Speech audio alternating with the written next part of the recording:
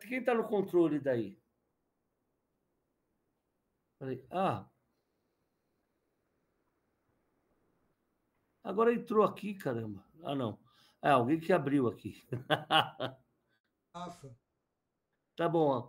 Rafa, a Rafa tá me vendo, não?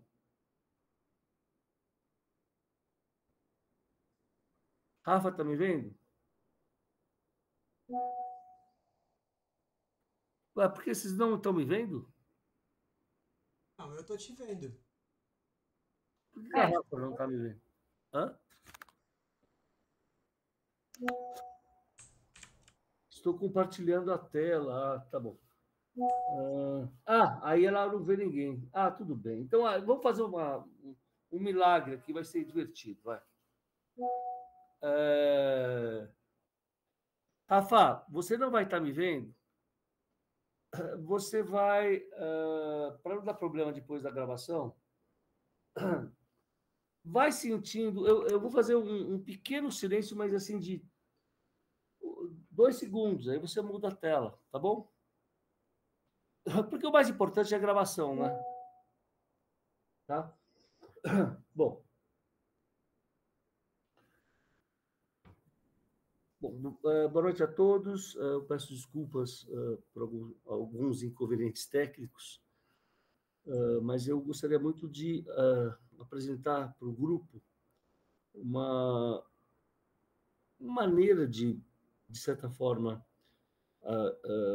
mostrar os seus estudos e mostrar as nossas aulas numa linguagem que o texto, porque normalmente, volto a dizer, os textos que saem de um grupo de estudo sempre são mais focados numa linguagem estritamente acadêmica, que quanto mais velho eu fico, cada vez mais eu acho totalmente distanciadas do espírito acadêmico de um grupo de pesquisa ligado em poéticas visuais. Né? Nesse sentido, o que eu vou fazer é uma espécie de desculpa, reinterpretação de um texto que foi já formatado numa linguagem de artigo, mas que, através da minha fala, eu espero criar considerações, né, divagações, que possam ampliar essa leitura mais esquematizada de um texto acadêmico. Né? Eu começo com um texto, com uma imagem muito bonita. Eu vi esse quadro na casa olha só, nada mais, nada menos do que da Ana Mariani, né, que é justamente uma fotógrafa, faleceu há pouco, que ficou muito famosa por fazer uma reinterpretação extremamente também de ordem poética do Volpe, tentando quase fazer o teste do Volpe de volta à realidade, ou seja, quando ela pega o esquema construtivo, formal, cromático, até técnico da pintura caiada e recoloca essa estrutura formal, né, ao viajar pelo norte de Minas e Bahia, e ainda naquele momento era possível, antes do advento dessas tintas industriais que meio massificam toda né, a superfície arquitetônica,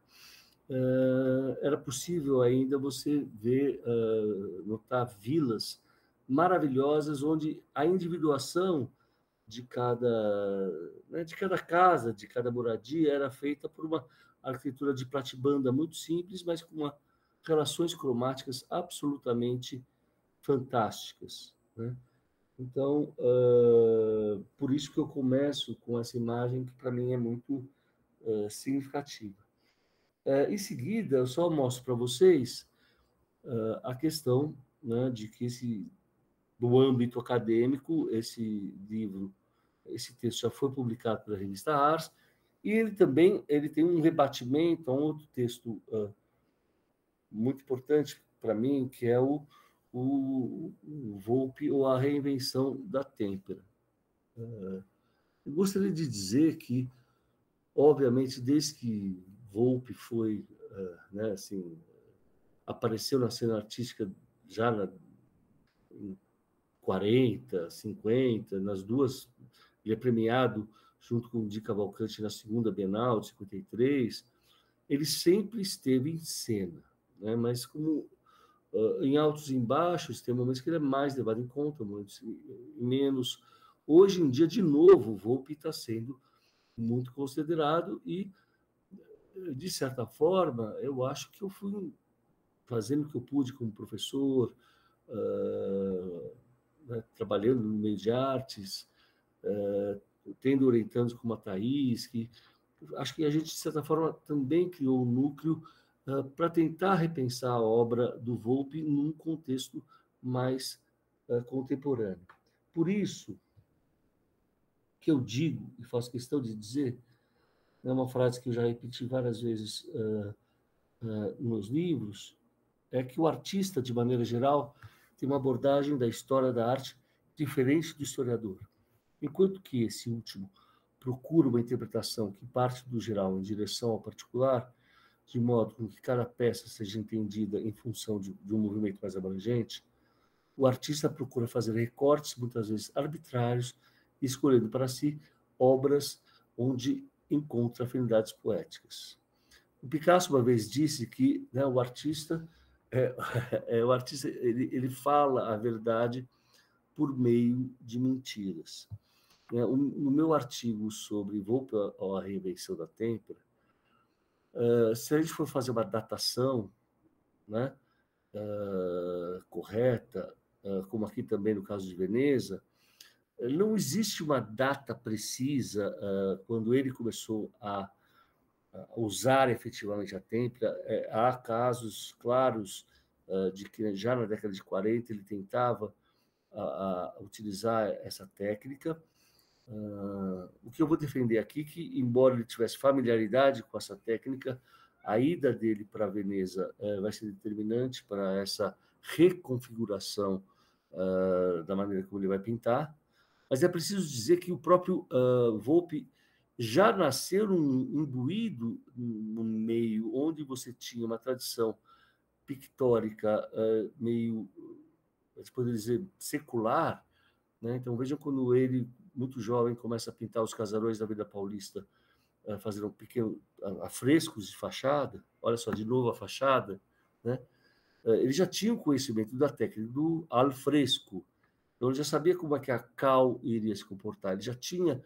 O Volpi é talvez um dos últimos pintores do século XX que tiveram efetivamente um conhecimento artesanal de como moer um pigmento, de como lidar com a relação entre os pigmentos e seus aglutinantes, que é uma coisa que se perdeu, e acho que isso e que está voltando agora com a nova geração, né?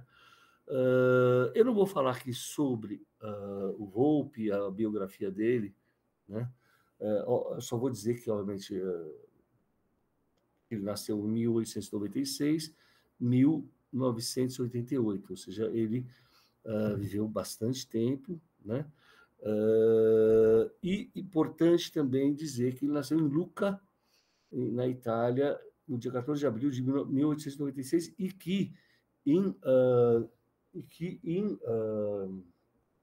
justamente em 97, ou seja, um ano, ele veio para o Brasil. Então, é muito curioso, né? Porque trata-se literalmente da primeiro fluxo da imigração. Uma curiosidade à parte, os Gianottes vieram de Lucca, né? Onde tem um bairro chamado Gianotti, e justamente vieram nessa primeira embarcação, né? Então, tem algo curioso bonito nessa história, né? O fato que o Volpi traz consigo, né, não só a sua pessoa, mas todo o seu contexto, né? Dizia-se, eu não tive a oportunidade de conhecê-lo, mas dizia-se que até o final da vida ele tomava o seu vinho Chianti, bola, mas ao mesmo tempo fumava o seu cigarrinho de palha, né? E falava um português todo meio engruvinhado, né? Com um sotaque meio forte. Mas veja bem, ele teve um ensino também que era de caráter técnico, né? Então, já em 11, ou seja, muito jovem, ele começa a aprender a pintar frisos, painéis e murais nas paredes das mansões das famílias da alta sociedade paulistana. A grande questão, né, que eu vou tentar passar para vocês é o que significa essa viagem, o que significa essa viagem que ele vai fazer quando ele vai para a Europa pela primeira vez, ou essa volta à Europa que ele faz em 1950. Bom,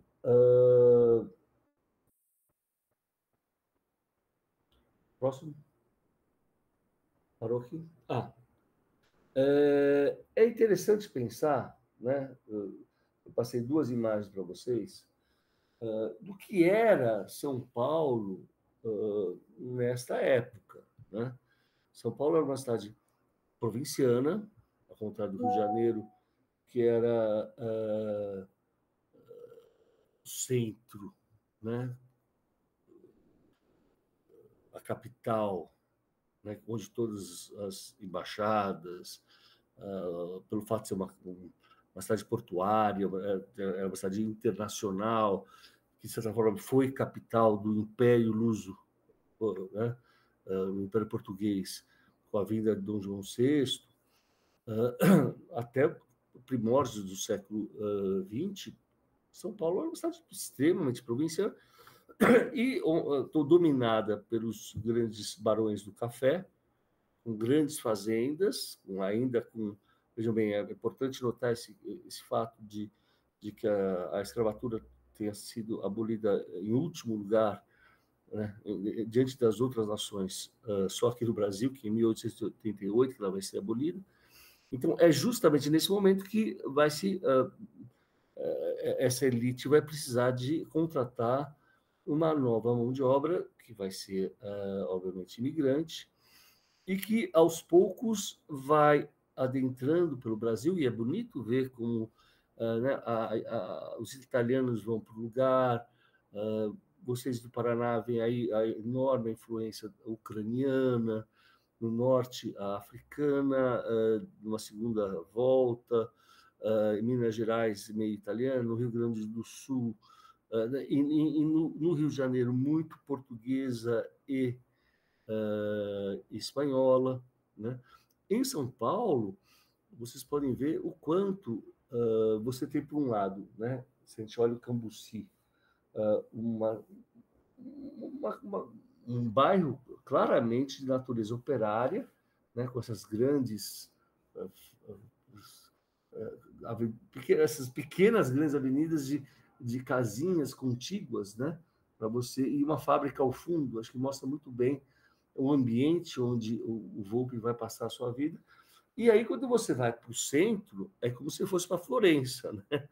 Você sai de uma cidade provinciana da Itália, vai para o centro, que naquele momento, já em 18, né, até a crise da Bolsa do Café e da grande crise econômica em 29, era uma cidade extremamente efervescente que trazia consigo uma arquitetura totalmente eclética, né? Então, você vê traços de uma fachada meio florentina,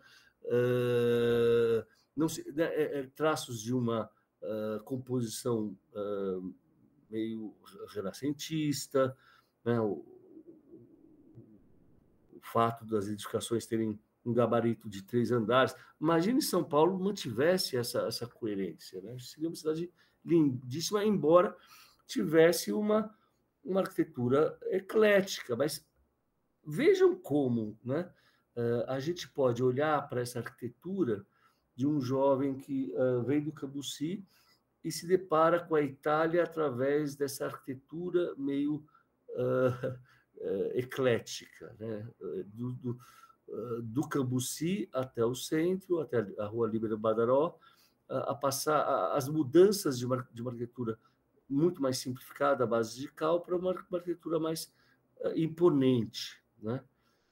Bom, é sabido, né, e muito valorizado o fato de como o Volpi se tornou mestre de uma técnica milenar, que é a têmpera, né? Isso é assunto para um outro artigo, para uma outra aula, que eu justamente já citei, que é Volpe ou a reinvenção da têmpera. Mas de uma maneira geral, eu digo que por que os grandes artistas modernos, não só aqui no Brasil, mas mundo afora, no mundo ocidental, né, isso precisa ser dito, de uma certa forma, vão abrir mão de uma técnica que se considerou, que se solidificou com o Renascimento, que é a técnica da pintura a óleo, e vão passar a experimentar técnicas milenares, como a têmpera, a encáustica, né? Retomar a aquarela como não um estudo preparatório, o gouache, a técnica mista, ou se eles vão tentar a utilização de novos elementos, como a tinta automotiva, ou seja, a pintura a óleo, que tinha aquele caráter de produzir um efeito óptico de uma profundidade, né, ótica, uma perspectiva aérea, por assim dizer, é justamente colocado em questão, né, não só no Brasil, como volto a dizer, como no mundo. Então, é muito interessante como o Volpe, aos poucos, vai literalmente se aprimorando dessa técnica milenar que ele já conhecia, né, por ser italiano, né, por estar num meio italiano, mas que, obviamente, ele vai reencontrar isso na Itália, e como ele consegue elaborar também uma linguagem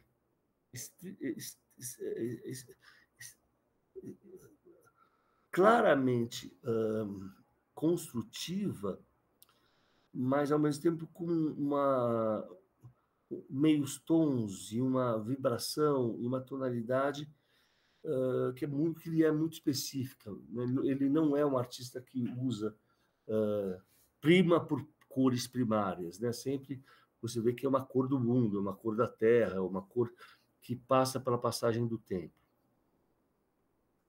Bom, e aí tentando fazer uma articulação, né, com a questão, né, da arte com a cidade, de como o Volpe lida com a concepção do que seria um espaço urbanístico.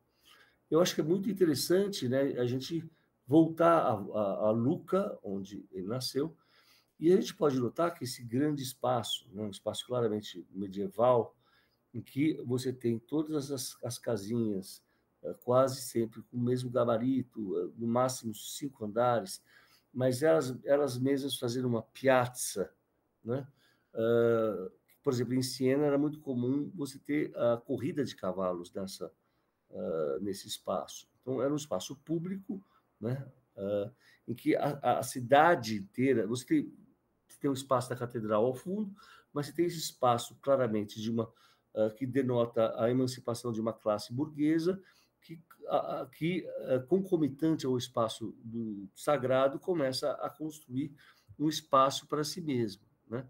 E vejam como, né, essa aglomeração, né, de casas que estão, né, geminadas umas às outras, com sempre variações muito tênues de cor, né? De certa forma, lembra um pouco o Volpe, né? Hoje em dia, a gente vai para Murano, vai para Paraty, e a gente vê todas essas casas, fachadas extremamente coloridas, né? Isso, até discutido com o professor João Carlos da FAO, isso é uma espécie de invenção, né? Porque, na verdade, pensem, a cal tinha um caráter higiênico muito importante, então o pelourinho era pintado de branco, né? O mais importante era ter a cal como um elemento não só cromático, barato, de fácil adesão, mas que propiciava uma tinta barata, mas que, pelo fato de ser a cal, ela tinha esse caráter, né, higienizador e, ao mesmo tempo, produzia uma coloração pastel muito refinada, né? Porque veja que beleza essa contiguidade de um espaço curvo, né? Lembra até os últimos Volpes, né? Onde você tem espaços meio curvos no interior de um espaço mais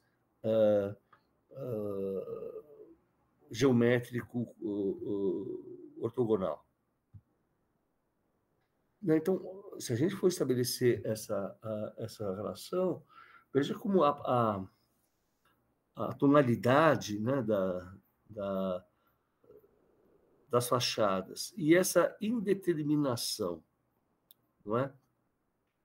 Do que é telhado e do que é fachada, e mais do que isso, dessa rua labiríntica, que também pode ser entendida, né, fazer essa contraposição com a foto daqui que nós temos de Luca. E se a gente imaginasse, por exemplo, essa avenida que vai para o céu, quase como uma torre? Deu para entender? Existe uma dubiedade da construção do espaço, em que a relação espaço positivo e espaço negativo está sempre sendo questionada, não é? As bandeirinhas vão ser consequência desse processo, onde o que é fachada, o que é teto, o que fachada, teto, fachada, o jogo das bandeirinhas é esse jogo eminentemente de trabalhar com uma tipologia arquitetônica muito primordial, por assim dizer, tá? Então veja o que era, né? Isso é uma foto da década de 60, gente. Quem é mais velho como eu, acho que, ou vocês que vão mais para, tiveram essa oportunidade de ir para a periferia, é ainda possível, né, você encontrar, pelo menos há 20 anos era bem mais possível. Mas essa aqui, rua de terra, algumas construções extremamente simplificadas, com uma relação, com uma ocupação urbana, né, que a princípio tinha uma ordenação, mas aos poucos vai se desordenando e vai criando uma relação muito curiosa com o espaço medieval, né? O espaço da comunidade é um espaço onde você não tem grandes avenidas, é um espaço onde o que é rua, o que é telhado, né? Tem uma famosa cidade chamada Çatalhöyük, na Turquia, uma das primeiras cidades em que, olha só, as pessoas não se movimentavam por ruas, elas se movimentavam pelas lajes, né? Olha como isso tem muito a ver com essa ideia quando você está lá numa comunidade e você vai de laje em laje, né? Que é outra forma de ocupação do espaço. Em suma. Agora, voltemos um pouco para o Volpi dos anos 20. Então, ele convivia com aquele espaço, mas, na verdade, ele estava muito mais próximo de uma caiole italiano, de um tipo de pintura empastada, que tinha acho que um grande mestre chamado Monticelli, algo assim, preciso verificar o nome, que, inclusive, era um grande artista que fazia muito sucesso italiano, que quem o admirava muito era o Van Gogh. Também essa pintura bastante empastada, com a espátula bem demarcada, uma não preocupação com a construção de um espaço formal bem definido, era tudo, não que fosse uma má pintura, mas é uma pintura que não prima pela construção de uma espacialidade plena, ela se perde um pouco no meio da própria matéria, né? Essa matéria não produz ainda uma arquitetura, uma postura arquitetônica, né? Tanto é que ela parece quase uma grande feira onde as coisas vão sendo colocadas da mesma forma como você vai colocando uma camada de tinta após a outra, né? Volpe vai aos poucos, olha a diferença.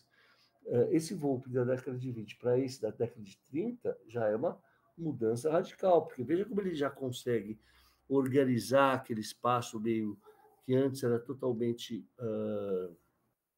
um amontoado de massas não uniformes, como ele começa, né, a se pautar numa só temática, que é uma esquina, onde ele atribui a cada fachada, a cada elemento arquitetônico, uma coloração, né? Lembra quase um Hopper, né? Um Hopper meio italianado, assim, mas que já mostra uma habilidade cromática muito bonita nessa definição dos campos. Você vê que tem um artista muito mais ciente do espaço pictórico, né? Ciente da capacidade de organizar as sensações que ele tinha diante do espaço urbano e torná-las uma linguagem pictórica mais organizada. E essa mesma obsessão, né, curiosa, que depois vai aparecer, dessas ruas que tendem a meio desafiar a lei da perspectiva, né? Uma espécie de... olha só, a relação meio ambígua que a arquitetura tem com a natureza, né? Quando o Niemeyer ia fazer o Memorial da América Latina, ele falava, não, eu quero fazer uma piazza italiana. A concepção de piazza italiana por Niemeyer era, vamos tirar tudo que é árvore. Aí você viu que no Brasil isso ficou absolutamente impossível. Mas você vê que tem uma relação meio em que a casa está de trás para a natureza. A natureza é aquele espaço, como vai dizer o Rodrigo Naves, no belo artigo sobre o Almeida Júnior, é mata. Mata é aquilo que deve se matar, não é aquilo que se contemplar, né? E essa rua que meio está no centro da composição e que se torna muito mais importante do que a vera fachada. Né? Bom, não sei se vocês conhecem, mas vale a viagem. Um dia a gente poderia até fazer uma excursão para lá, que eu adoraria rever isso. O Volpi vai, ainda muito jovem, né? Na década de 40, quando ele já fazia parte do grupo Santa Helena, ser convidado, né, por um patrono de origem italiana chamado Pedro Morganti, que pede justamente para que ele faça uma réplica de uma igreja de Siena, uma igreja muito simples, né? E, ao mesmo tempo, é bonito porque ela não está no centro de Piracicaba, ela está, né, um pouco já perto de uma usina onde você tem uma vila operária, né? Então, você vê que tem uma espécie de, ao contrário daquela vida opulenta, que era, né, claramente marcada pela presença da Tarsila da Amaral. A Tarsila, quando vai mostrar a fazenda, ela mostra as mucamas brincando com a Torre Eiffel, né? Uma concepção de uma grande dama da fazendeira que se contrapõe totalmente ao grupo Santa Helena, que justamente é um grupo que vem de origens mais humildes e que se identificam também com uma estética mais humilde, que é essa do trabalhador, né? O trabalhador que vai produzir a própria tinta, a própria matéria e vai também estabelecer uma relação com os rituais de uma atividade ecumênica, né? Então, era muito comum, ele pintava casarões para a elite paulistana, mas, ao mesmo tempo, ele estava lá fazendo uma série de afrescos para uma comunidade simples local, tá bom? Bom, em seguida, o que vai mostrando, também vocês podem notar que o Volpi sempre vai se interessar justamente por esse mundo mais simples, é nesse momento simples, mas ao mesmo tempo não quer dizer complexo, né? Você pode, por exemplo, se vestir de uma maneira extremamente elegante, justamente sendo simples, né? Simplicidade aqui eu estou utilizando como um termo da mais alta qualidade estética e que o Volpi sempre teve, né? Não como intelectual, não como professor universitário, não como teórico, mas uma inteligência visual que poucos artistas tiveram no século XX. O que é interessante, né, é como ele vai, nesse momento, se apropriar ou dialogar com a obra de um artista que é dito de origem primitiva, mas não é verdade, que é o Emídio Emiliano de Souza. Eu não sabia que o Emídio começou a pintar a partir da observação com o Benedito Calixto, gente. Então não era qualquer pessoa, ele teve uma formação, por assim dizer, muito mais clássica do que o Volpe, assim como o Guignard vai ter uma tremenda formação forte na Alemanha, e faz fazer uma fase surrealista, ou seja, esta volta ao mundo primitivo, na década de 30, está muito ligada a um desencantamento com o que seria as revoluções tecnológicas que propiciaram, paradoxalmente, uma guerra, a Primeira Guerra Mundial, que destruiu tudo. Né? O avião que Santos Dumont celebrava virou uma máquina mortífera e assim por diante. Então, esse cultivo a uma vida mais... está muito ligada, né? Uma postura mais sábia, né, diante da decadência do mundo, uma postura mais frugal, onde você vai celebrar as pequenas coisas. Né? Vejam que até na visão do mar, né, que ele vai ter, e nesse sentido ele vai para Itanhaém, onde Engídio vai fazer uma série de imagens. Uma questão muito importante vocês pensarem no próximo slide, como a questão do posicionamento do sujeito perante a paisagem. Né? Veja bem, neste caso, né, na imagem anterior, ele estaria na posição de um observador que está de pé, olhando a paisagem. Aqui eu pergunto para vocês, aonde ele está? Ele está em cima de um morro? Ele está em cima de um balão? Né? Ele começa a criar uma espécie de a perspectiva de voo de pássaro, que é muito comum na pintura japonesa, mas não tanto na pintura, ou em alguns momentos na pintura do Trecento italiano.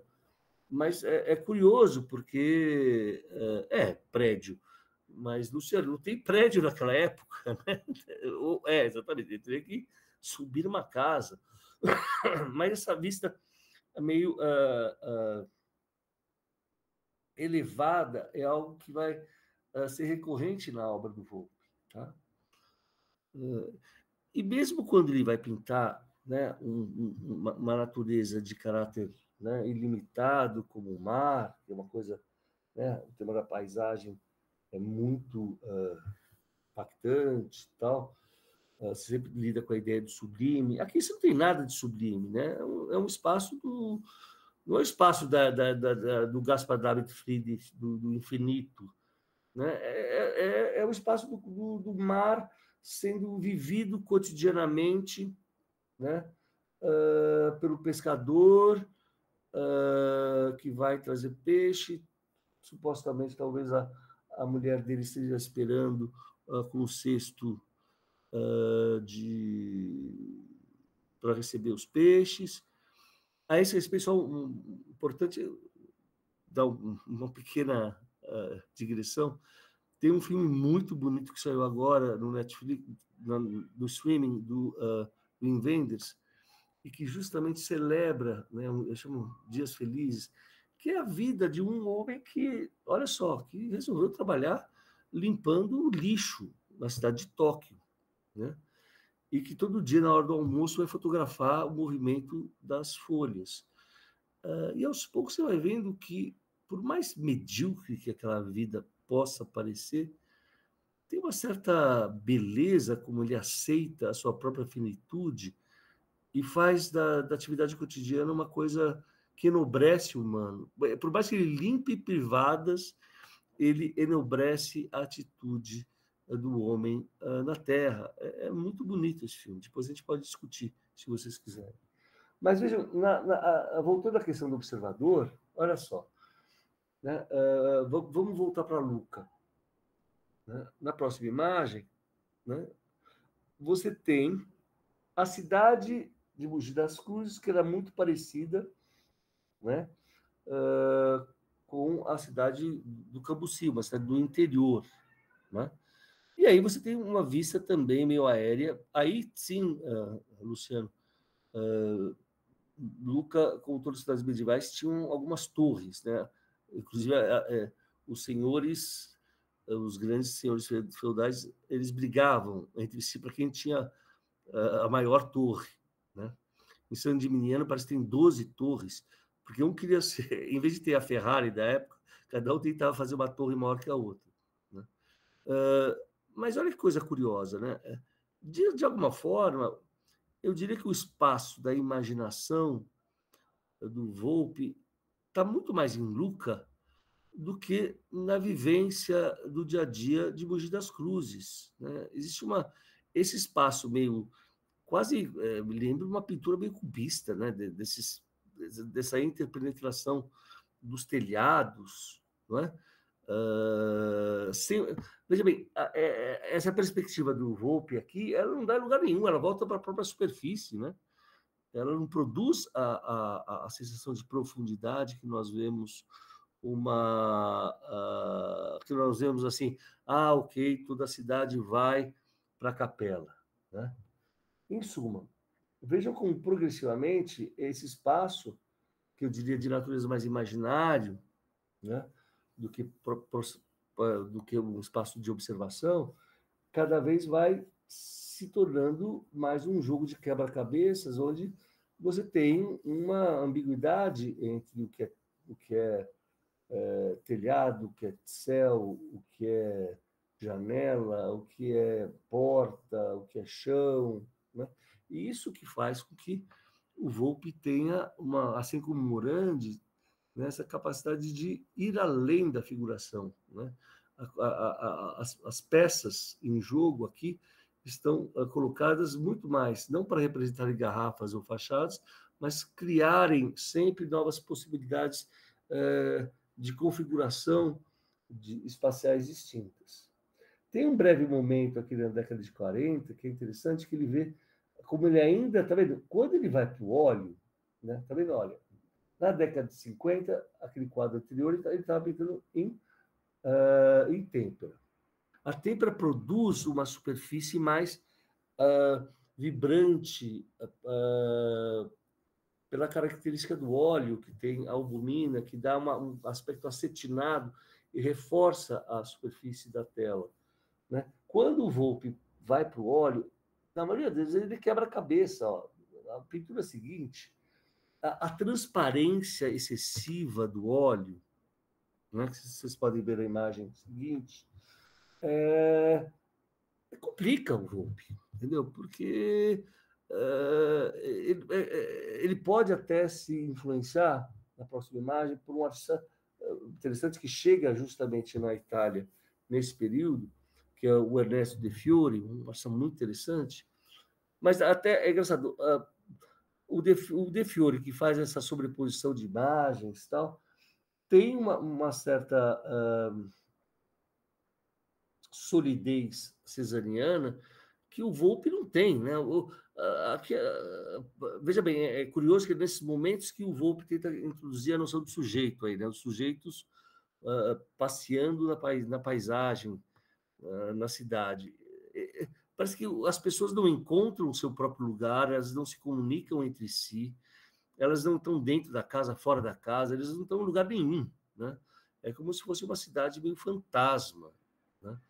É como se as fachadas não tivessem solidez, que nem naquela história dos três porquinhos, sabe? Se viesse uma ventania aqui, bastava soprar que essas casas de papel iriam simplesmente cair, não é? Bom, a seguir, né, vamos passar mais rapidamente por essa fase, né? Então, olhem sempre essa questão do olhar do observador, né? Uma hora um olhar enviesado, outro momento claramente a influência da pintura metafísica. Eu cheguei a ver uma pintura metafísica na casa do colecionador que era incrível, que era uma melancia, duas facas. Claramente você vê que o Volpe estava atento assim com o que acontecia na Europa. A partir da década de 40 começa a vir os grandes museus de arte moderna, o MASP, da 25 de Abril, o Museu de Arte Moderna, vão começar a trazer grandes artistas como De Chirico, inclusive o De Chirico mais lindo, um dos mais bonitos que já foram pintados, foram trazidos pelo Oswald de Andrade, então no MAC, mas você vai poder ver exposições do De Chirico, do Matisse, do Albers. Tem uma série do Albers que remete às plantas dos templos que ele viu no México, que remetem muito às fachadas do Volpe. Então você vê que claramente você vê aqui uma influência da pintura metafísica, né? Essa canoa que vira, ela não tá preenchendo a sua função, ela está meio demarcando o espaço, criando um estranhamento, não é? O próprio mar, olha que interessante, essa sereia que é meio paradoxal, porque ela é uma sereia que não está na água, é uma sereia que voa, ou é uma sereia já meio pintura de uma sereia, de uma casa de um caiçara, né?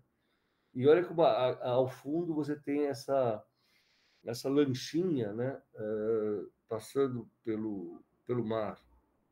E aqui em seguida, olha como literalmente a gente pode ter, para aqueles que falam que o Volpe é o pintor da bandeirinha, né? Pelo amor de Deus, né? Vejam como, né, o Volpe não é o pintor da bandeirinha, assim como o Morandi não é o pintor de garrafa, gente. Todo grande pintor está buscando novas relações espaço-temporais a partir da experiência do mundo, e que ele vai colocar essa experiência na pintura, né? Então, olha que beleza, quando claramente ele meio descobre, né, nessa dubiedade, o que é uma mera fachada e o que é uma estrada angulosa. Você tem um teto que vira fachada, que vira rua, que vira horizonte, que não é horizonte, né? Olha só, o horizonte está mais em cima, né? Ele está quase caindo em cima do telhado, o que provavelmente dando a ideia de um horizonte. E sempre, vocês podem ver na imagem seguinte, sempre a utilização de cores não puras, são cores muito de uma poética popular, que também o Barragán, que é o grande arquiteto, vai utilizar no México, né? Então, o rosa, o verde, o azul escuro, né? Cores que,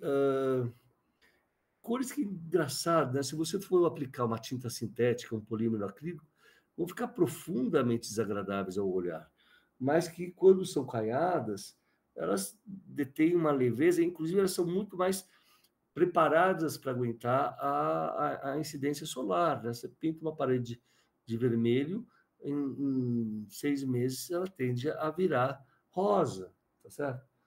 Bom, então vamos seguindo, vendo essas imagens, veja como cada vez mais o espaço fica mais geometrizado, mais rompendo com essa dialética do que é teto, do que é o espaço, do que é inferior, do que é superior, né? O que é baixo, o que é em cima. Olha como ele retoma a avenida que sobe e desce, até justamente chegar a essa relação, que esse quadro acho que é bastante importante, que você tem uma relação totalmente nova com o que é espaço preenchido e o que o espaço não preenchido. O que é vazio e o que é cheio aí? Na minha época, tinha um jogo que eu adorava, que era uma espécie de Lego, que você criava os seus castelinhos, né, de pequenos blocos. Tem algo também aí de um caráter de jogo, tá? Em que você, a partir da relação que você estabelece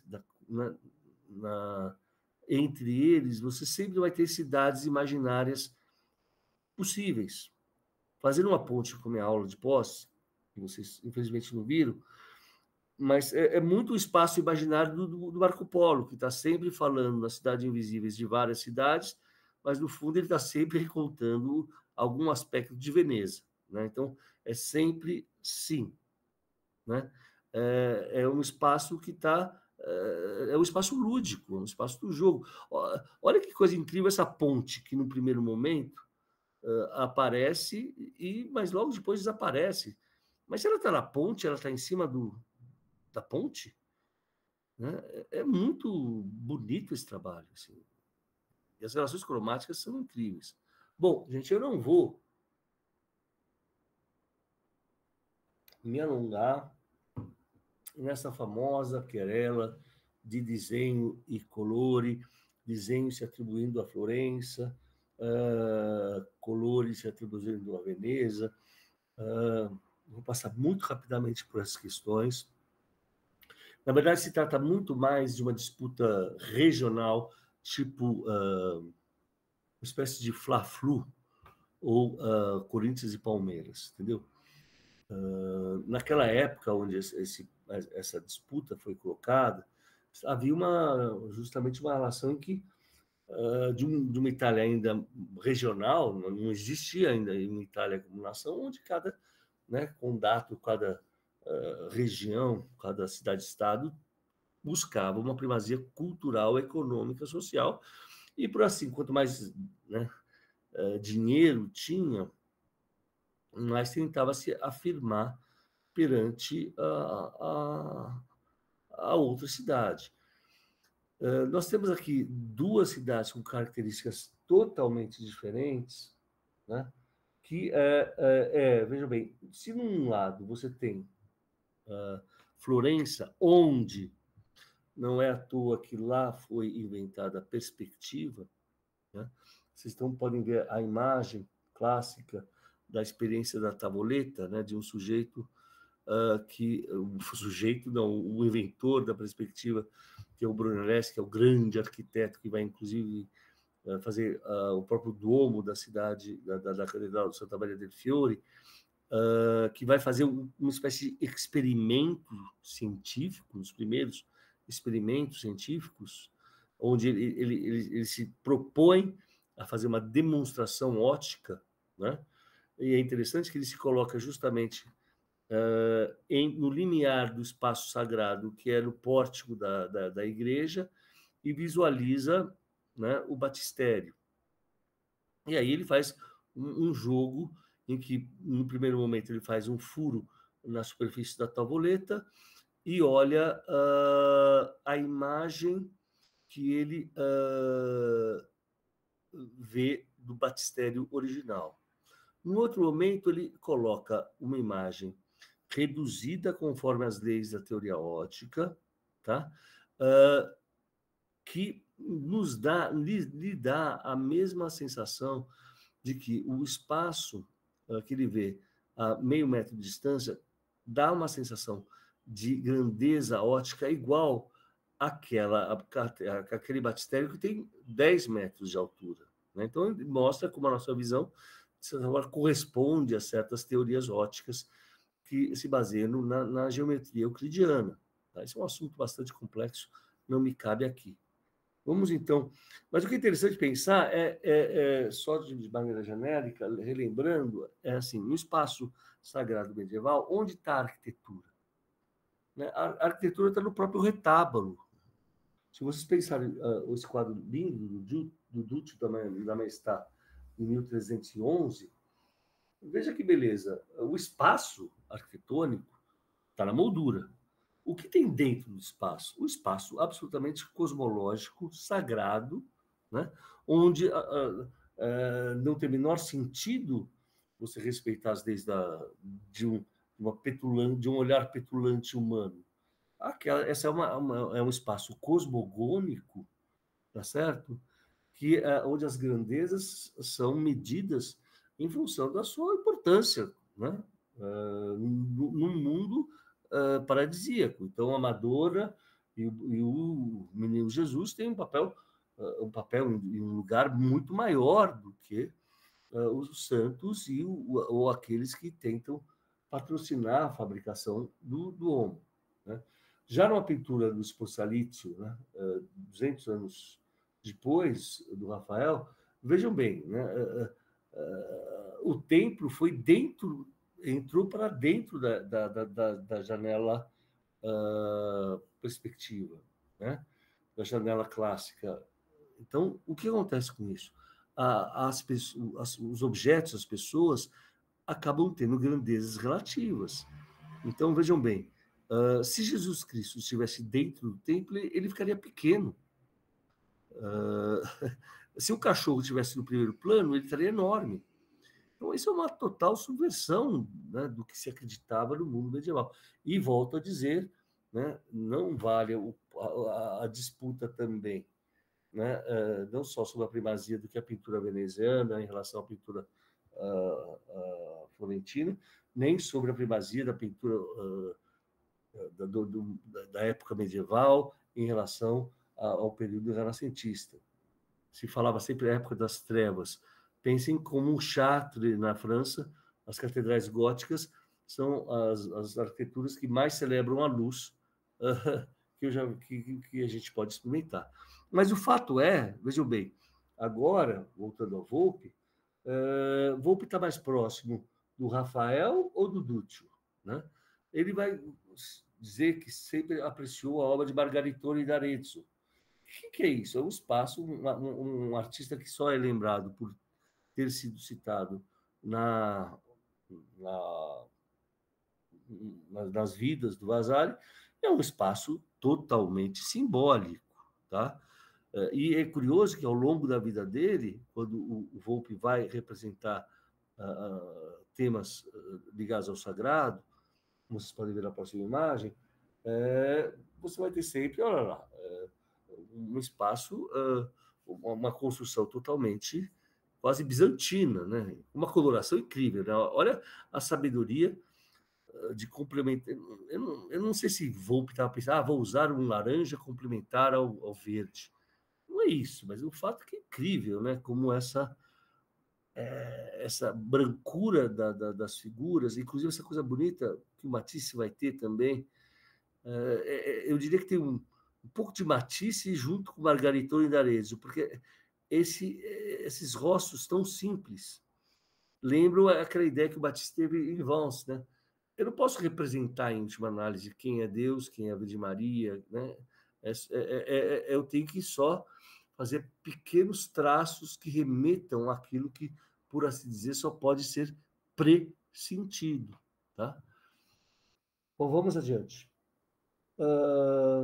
Bom, daí, né, já indo para o final da minha aula, vejam como ele vai fazer em 50 a viagem para a Itália, ele fica 6 meses, uma viagem né, de 6 meses para nós hoje parece um absurdo, mas durante muito tempo, quando o Goethe vai para a Itália, ele fica 2 anos, né? As viagens eram muito caras, os meios de transporte muito mais demorados, o tempo de vivência era muito mais lento, né? E o Volpe vai para vários lugares, passa por Pádua, onde ele vê 23 vezes, se não me engano, a capela de Scrovegni, e, obviamente, ele fica absolutamente encantado com esse céu azulado, que, de certa forma, essa redoma né, que encobre todo o vazio. E é muito interessante, porque veja como a fachada da capela lembra muito aquela capelinha uma capela, é uma fachada simples, ela não é ostentosa, a cor está de dentro, né? Ela não quer aparecer tanto, né? Nesse sentido, eu cito, eu não vou me adentrar aqui, tem um texto da Thais Cabral chamado Um Olhar Mais Humano, que discute sobre aspectos técnicos de como ele construiu esse azul, que, ao contrário do que a gente pensa, não é feito por azul ultramar, mas por um processo extremamente complicado de utilizar um fundo vermelho com azulita, depois com sobrepintura de têmpera. Vale a pena ler o texto da Thais que eu posso oferecer para vocês. Tá? Bom, é interessante vocês pensarem, né, como na capela você tem uma ideia do vazio. Né? Tem um pequeno trecho em que o Giotto pinta não uma cena, como ele fez em São Francisco de Assis, mas uma cena do vazio da cena. Dois slides abaixo. Isso, embaixo. Mais. para baixo. Mas, aí, ó, tá vendo? Olha que beleza, né? É incrível, né? Olha como a construção espacial se assemelha, essa, essa cúpula, né? Essa cúpula que celebra, antes de mais, é como aquela coisa maravilhosa, né? A grandeza da cúpula do Brunelleschi é o vazio da cúpula, né? Como é que era aquela questão, como é que ninguém conseguia cobrir um vão daquela natureza, né? Aqui também tem essa beleza, né? Do que mais bonito do que a arquitetura é o vazio, né? E veja uma provocação que eu fiz para vocês na próxima imagem. Eu fiz uma colagem de propósito, que eu pus um Volpe dentro de um famoso afresco do Pietro do Ambrogio Lorenzetti, que fica justamente na sala dei 9 em Siena, na Senhoria de Siena, que é uma alegoria do bom e do mau governo. E é muito bonito se vocês olharem com detalhe. Não é uma cidade pronta, é uma cidade. Lembra como a gente estava falando do Volpe, que a Marinha, as pessoas estavam. Elas não estavam paradas fazendo um selfie na cidade. É uma cidade sendo vivenciada, as pessoas estão fazendo comércio, as pessoas no teto estão construindo a cidade. A cidade está em construção. E olha até como, pela questão cromática, gente, a pintura do Volpe parece que compõe perfeitamente com as tonalidades, né? Os rosas, os meios tons de verde, nunca cores. Veja como a pintura, a cal, a pintura de tempera, a base de um suporte de cal que o Volpe faz, dá a sensação muito clara de uma pintura mural. Então, não destoa. Se ele tivesse feito uma pintura com forte materialidade, como uma pintura a óleo, ia destoar do tema, do assunto e da técnica, tá? Bom, aí eu não vou. Bom, vamos passar um pouco mais adiante para essa discussão de uma maneira geral, né? Então, desenho e colore. Se a gente pensa um caso importante, Botticelli e Giorgione, tá? Os dois grandes paradigmas do que seria o que há de melhor da pintura holandesa, a pintura flamenga, a pintura, meu Deus, florentina e a pintura holandesa, a pintura veneziana. O espaço da pintura veneziana não é construído a priori pelo desenho, é construído pelas relações cromáticas. Inclusive, é um espaço que não é preparado. Então, tem um raio-x da tempestade em que não havia este homem, né, que ninguém sabe que ele está fazendo lá. Antes havia uma outra mulher. Ou seja, o Giorgione ia colocando as pessoas e demovendo elas de acordo com os seus interesses, com os compositivos. E não é à toa que a questão mais importante aí não são tanto as pessoas, é a natureza que aparece pela primeira vez como grande tema, né? A natureza que antes era um lugar temido por ser um lugar perigoso, né? Um lugar onde tinha os bandidos, você se sentia protegido da cidade. Ir para a natureza era onde você estava em constante desafio. Mas aqui não, aqui você vê sujeitos, pessoas, de uma forma muito curiosa, né? Mas dentro da natureza. Totalmente diferente de uma pintura de alegoria, né? Que você tem claramente a primavera, a celebração da primavera, diante de toda uma mitologia que não me cabe explorar aqui, ela é bastante complexa, mas o fato é o seguinte, os dois são lindamente desenhados, os dois são lindamente de belezas cromáticas diferentes. Mas não sei se dá para vocês verem que no nascimento da pintura do Giorgione, a cor vem junto. No Botticelli, a beleza da pintura vem quase como uma posteriori, como com um adorno que só visa a enriquecer a beleza do contorno. E se a gente passar isso mais para frente, veja que a mesma coisa acontece quando a gente fala a respeito de Picasso e Matisse, né? Dois grandes pintores. Sabem desenhar? Claro que sabem. Sabem colorir? Claro que sabem. Mas basta vocês colocarem, né, a questão. Eu sempre digo para os meus alunos, se vocês sabem, para ver se uma pintura funciona bem a cor, basta fazer o contrário. Tira uma foto dela em PB, ou pegue seu celular, tira a foto do seu trabalho e põe em PB. Se ele ficar todo matizado em tons de cinza, isso quer dizer que é o matiz que funciona e não o contraste. Na maioria das vezes, né, o caso da dança, né, é muito claro, né? Como o Picasso claramente o trabalho se faz por contrastes de claro e de escuro, de marcas, de um desenho, de um contorno muito claro, enquanto Matisse não. Né? Matisse é muito mais, do ponto de vista composicional, muito mais livre. Né?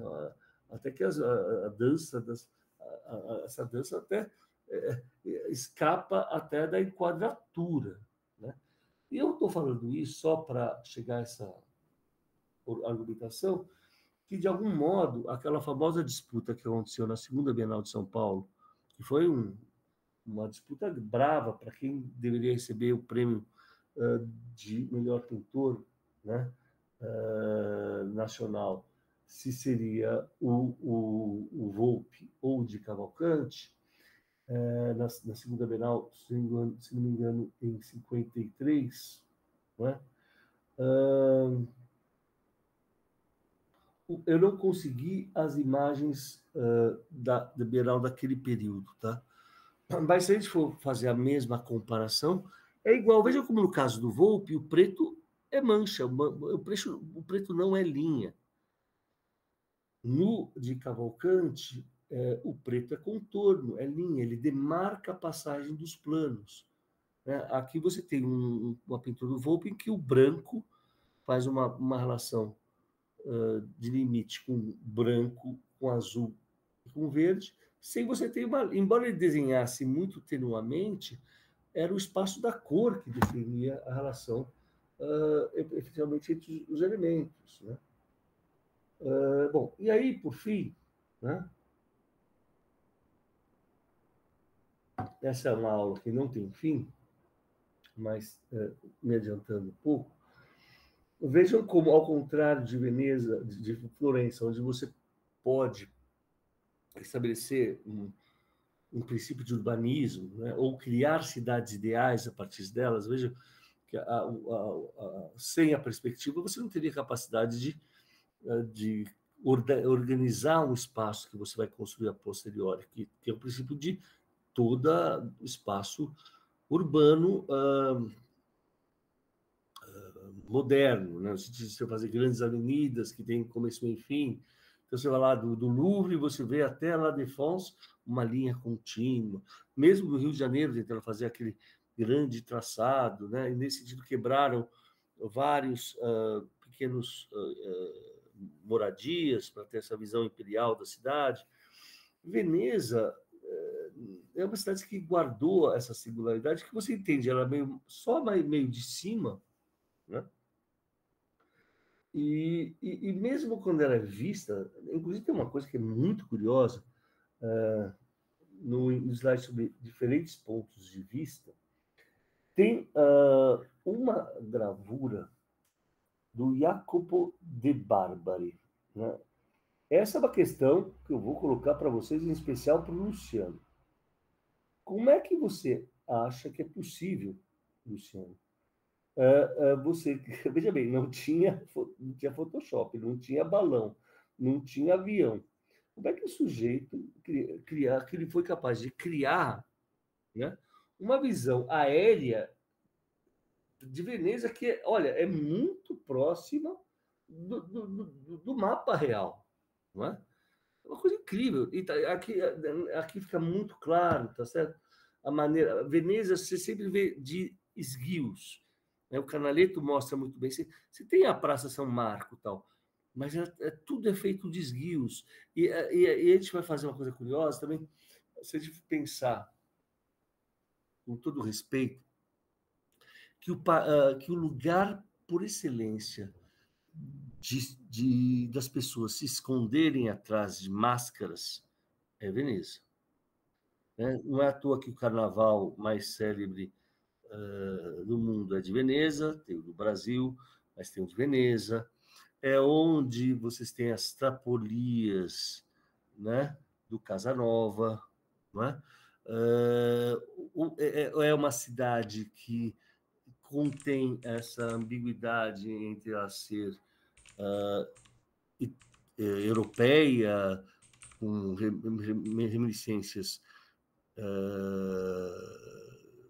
romanas, mas ao mesmo tempo bizantinas, eu diria, mas ao mesmo tempo está sempre dialogando com o Oriente. E é isso que eu pretendo mostrar para vocês antes de acabar minha aula. Uma questão que eu juro, vocês têm que. Veneza é um lugar que todo ser humano tem que ir antes de morrer. Porque talvez essa seja a cidade mais linda do mundo. É difícil discordar isso. Quem vai para lá, né, e sai do fluxo do turismo, começa a andar pelas ruelas, porque a beleza de Veneza é que ela faz o tempo inteiro você se perder e se reencontrar. Ela não é uma cidade programada, ela sempre está te colocando desafios. Eu sempre falo que eu fiquei lá um mês dando aula lá, e aí um dia eu fui dar minha última aula e eu estava tão ciente do caminho que eu fui andando. Né? Eu peguei uma ruela errada. Quando eu peguei uma ruela errada, eu, por conseguinte, fui levando a várias outras ruelas. Resultado, quando eu vi, eu estava na estação de trem, eu estava a 20 minutos da onde eu devia dar aula. Eu tive que sair correndo, feito um desgraçado. Né? Cheguei 10 minutos da minha aula atrasado, porque simplesmente o professor aqui se deslumbrou com a beleza de Veneza e achou que poderia dominar o labirinto. A essência do labirinto é que você não domina ele. Só quem mora, já me disseram várias vezes, só quem realmente mora e vivencia Veneza sabe andar por ela completamente. Agora, essa foto mostra para vocês como, por exemplo, não é à toa que Turner não é a cidade da linha, é a cidade da aquarela, porque é uma cidade refletida, é uma cidade... Pensem, se o fundamento da imagem é a construção de uma imagem projetada, seja na luz da caverna, né, a partir da vela, seja no espelho de Narciso, Veneza é, por excelência, o espelho de Narciso. Né? Daí o seu caráter até mortífero. Não é à toa que Morte Veneza, né, ela tem um caráter meio trágico também. E veja como o próprio Turner, quando tenta pintar em óleo, Veneza não aceita. Veneza só aceita ser pintada em aquarela. Né? O próprio Monet, o Mubarak me disse outro dia que ele fez essa série, uma série enorme de pinturas, e ele falou, uma hora ele desistiu e falou, não dá para pintar Veneza, porque ela é bonita demais para ser pintada. Né? Mas acho que é difícil mesmo, é realmente uma coisa muito marcante. Mas isso, só mostre, vejam lá aqui as aquarelas do Turner e vejam como ela tem uma espacialidade, né? É mais Veneza isso, é mais a relação entre o que é orgânico, o que é orgânico, o que é inorgânico, o que é céu, o que é terra, o que é arquitetura, o que é céu, o que é o chão, né, o que é esquerda, o que é direita, tudo depende do seu olhar. Não tem é um espaço relativo, né? Não é um espaço determinado por coordenadas. Né? É um império que se constituiu esquivamente, se escondendo dos godos. São aqueles romanos que saíram, fugiram e foram para o charque para poder fugir dos godos e foram habitando aquelas ilhas. e criando um método construtivo muito específico para poder sobreviver lá. E aí, isso deu a eles uma capacidade marítima que estabeleceu logo uma relação entre o Oriente e o Ocidente, né? Mas, por fim, vejam, né, como a própria cidade, se a gente for para Murano, tem uma tradição, né, não só do comércio de pigmentos. Murano é uma das pequenas ilhas e que incrível que sempre teve, desde o período medieval, uma grande tradição da construção de vidros. Há 20 anos, eu vou lá, 30 anos atrás, era de uma beleza do design maravilhosa. Hoje em dia, muito se perdeu porque o mercado fez com que se fizesse mais cavalos, porque cavalo é uma questão muito celebrada pelos chineses, né? Então, grande da artesania do design italiano se perdeu ali, mas a técnica continua a mesma.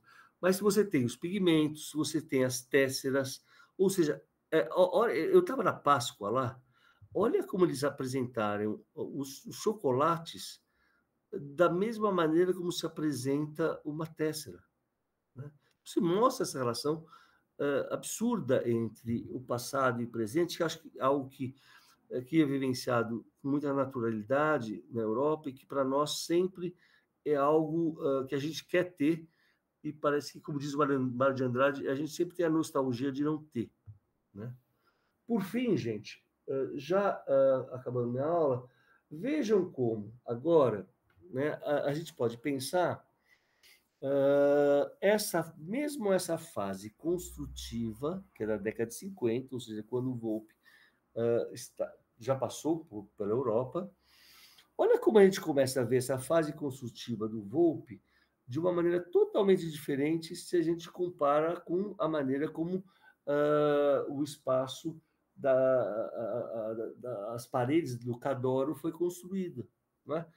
Porque Veneza também, embora Veneza seja cidade da água, ela também é a cidade das pedras, né? Tem um famoso livro que eu acho que deixei, não falei desculpa, gente, The Stones of Venice, do Ruskin, que justamente celebra a capacidade arquitetônica de Veneza, que também ela simplesmente vai pilhando pedras. Veja bem, é um lugar onde era muito raro você ter pedras, tá? Então é só na Ístria, no norte, ali perto da Croácia, que você tinha acesso a. Não é como em Florença, onde você tem as pedras de mármore que o Michelangelo pegava com muita facilidade, né? Aqui então veja isso que está sendo mostrado. Aqui é a Piazza São Marco, né? Vejam como a gente. Aqui é muito significativo. Essa fachada lateral da igreja de São Marco, gente, é inacreditável, porque são pedaços de pedras que vieram literalmente de Istambul ou de Constantinopla. Então, veja que coisa interessante, né? Como ela literalmente é uma espécie de quebra-cabeça em que ela vai pegando pedras de períodos históricos distintos e meio vai organizando elas não tanto por critérios. Tudo bem, tem uma certa geometria aí, mas a relação se faz muito mais por relações matizadas, né? O círculo verde que se comporta, que se contrapõe muito bem a esse semicírculo, essa marca rosada, que se contrapõe muito bem a esse fundo mais acinzentado, azulado. A organização as coisas parecem estar flutuando e se organizando ao mesmo tempo cromaticamente, tá, gente? Então, por fim, o que eu queria dizer para vocês, está numa última imagem, né? Que é aqui. Quando eu tive em Veneza, vivendo, né? Diferente quando você vive em Veneza, eu realmente acho que é uma experiência de vida, né? Vocês fazerem isso. Você começa na imagem da direita, vocês podem ver literalmente a entrada do apartamento onde que eu estava. Eu fazia o mesmo espaço, a mesma, né, como no filme que eu disse. Todo dia eu fazia o mesmo percurso, tal. Aí um dia eu abri a porta e falei, mas não é possível, isso é Volpe. Porque as relações cromáticas são iguais. A falta de perspectiva é igual. A relação entre. Veja bem como o Volpe pinta muito mais janelas fechadas do que janelas abertas, né? Que é um espaço labiríntico, que é um espaço da imaginação. Se vocês olharem, qual é a única imagem que destoa nessa composição que eu fiz? Uma pintura feita a óleo. Aonde tem perspectiva aí? Na pintura do Volpe feita quando ele chegou em Veneza e que tentou, né, decifrar Veneza a óleo. Veneza não pode ser decifrada a óleo. Veneza tem que ter uma cor que respire, né, e que reverbere com as ondas da laguna. Né? E, por fim, né, se, por um lado, o Rodrigo Naves, né, fez uma célebre, bonita associação das bandeiras e dos mastros do Volpe com as famosas batalhas de Paulo Cello, né, as 3 famosas batalhas de Paulo Cello, eu diria que não, acho que é muito pertinente a imagem que ele vai fazer desse assunto, mas eu acho assim que toda a beleza da arte que ela permite várias interpretações. Então, eu gostaria de acabar com essa imagem aqui de um gondoliere, né? Levando, né, a sua gôndola. E é importante vocês saberem que você ter uma gôndola é uma coisa altamente é uma dádiva que você recebe de pai para filho, é uma outorga. Você não pode ir lá comprar, Luciano, uma gôndola. Não tem essa, não. É da família Gianotti, entendeu? Sei dessa Só se você. história, Marco. Hã? Eu sei dessa história. Então, é da família Vendramin. A família Vendramin é uma família famosa. É de pai para filho, não tem papo. Mas olha que beleza, né? E os gondoleiros usam essa roupa também, que é milenar. Eu achei essa pintura do Volpe tão poética, porque literalmente a gente pode entender os mastros do Volpe não como aqueles mastros de batalha, mas como aqueles mastros aonde, no final de um dia, cansado, você, depois dessa grande viagem por todo o espaço, por toda a Veneza, você acaba guardando o seu barco, né? Esperando o dia seguinte para poder navegar de novo. É isso que eu tenho a dizer. Obrigado. Porra, Marco, que aula bonita, hein? Obrigada, mano. Só isso que eu tenho a dizer. Obrigado. Vocês acham que eu paro aqui a gravação ou deixo, sei lá, o debate de. Não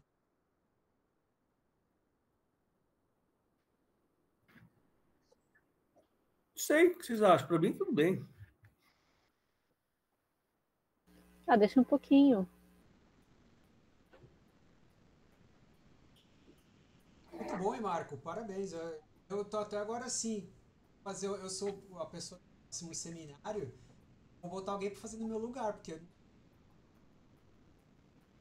tipo, o seminário vai ser um seminário sem graça, assim, sem histórias legais, né? Mas eu achei bem legal, tem bastante coisa que as coisas que você falou de Veneza, eu fui há muito tempo lá, eu tive uma passagem, mas muita coisa que você falou, eu falei assim, Obrigado, Luciano. Quando eu fui, apesar de ser pouco tempo, a única coisa assim, talvez interessante, eu deve ter ficado 5 dias e cada dia era uma estação diferente. Assim, eu peguei dia de sol maravilhoso e calor, dia de chuva e frio, dia que escurecia cedo. E aí é incrível como que essas coisas elas dão um aspecto assim onírico para a cidade. Essa coisa de que você não, de fato, assim, a fotografia, por exemplo, ela não faz, ela parece que ela mente muito. Consegue mostrar, mesmo talvez assim com muito tratamento você consiga mostrar a atmosfera, esses,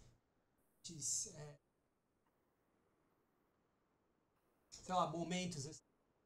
E aí eu lembrei de uma coisa com essa história do Barberi, essa imagem dele. Quando você estava dando aula, eu fui dar uma fuçada. Eu, inclusive, mandei o link aqui pra galera, porque tem uma versão gigante que dá para você ver online em detalhes. É uma xilogravura isso daí. É uma loucura o cara fazer. Mas sabe que teve aqui naquela exposição da Albertina? Lembra aquela do Tomiotaki? Essa gravura estava aqui. Então, e aí eu vi aqui um texto falando que o que eles fizeram é uma montagem de uma série de desenhos feitos pelos assistentes dele de várias torres de igreja diferentes. Eu lembrei que tem uma que dá para você como turista você sobe. Ah, o campanário. O Isso. campanário. É. E aí eles pegaram assim, acabaram subindo em outras igrejas, ficaram fazendo desenhos e depois ele montou isso para dar uma pseudo perspectiva única, né? E é mais ou menos isso, assim. Eu pensei que ele tinha feito assim, tipo, vou ver essa igreja, esse quarteirão aqui, e imagino como que seria ele para cima. Mas foi não, do jeito eles subiram em várias torres de igrejas, tem.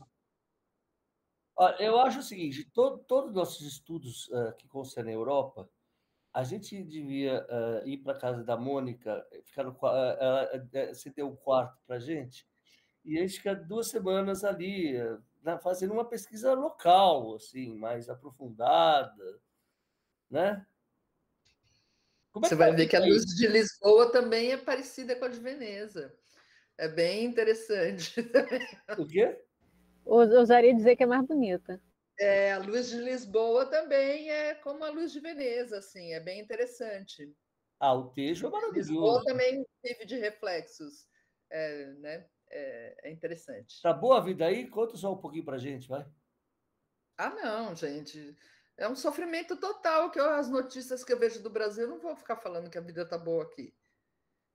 Cara, eu só fico triste com o que está acontecendo. É. Mas você tá cheio de paradigmas, você tá com blocos de cor aí? O que você tá fazendo? Estudos cromáticos? Não, são uns estudos antigos que eu fiz até com as tintas da Joules e Joules, Ah, e que eu estava testando os azuis, a diferença entre o cobalto e o ultramar, e a diferença entre o vermelho de cádmio e o magenta. Então, enfim, vou voltar a dar aulas online, eu estava fazendo estudos aí. bacana, gente. Você veio para cá, não? A aula foi espetacular, Marco. Obrigada. Obrigado. É o que nos resta aqui, a gente só pode sonhar, meu. Essa que é a vida. Mas isso que é o melhor, né? Hã? Sonhar ainda é o melhor. Não, eu não vejo a hora, eu tô contando os dias, falta ainda 6 anos e pouco para eu aposentar, porque aí eu vou embora. Olha, se continuar assim, eu vou para aí, não sei, não dá. Tá muito difícil o Brasil, meu. Não, mas olha, vamos falar de coisa boa. Eu Fala. acho que todo mundo fica assim super apaixonado porque a gente gosta de pintura. E eu acho que você falando, a gente entende que a pintura está no olhar, né? E aí o Volpe traz essa formação do olhar que transcende uma geração, que é construída em muitas gerações, e ele consegue projetar isso para um outro ambiente, um ambiente brasileiro, né? É claro que eu não consigo enxergar tudo isso sem a minha própria formação construtiva e privilegiar a ideia de jogo e tal, mas talvez o mais importante de qualquer jogo pictórico seja manter a poesia, né? Por trás você tem uma projeção de uma relação espacial das cores que traz um prazer, que traz uma emoção, e eu acho que isso ele de certa forma é tradicional, ele traz uma continuidade, ele atualiza em todos os conceitos modernos de gestalt, de jogo, de pintura plana, né, de pintura construtiva, e eu fico me pensando, será que o Renascimento já era, na verdade, construtivo?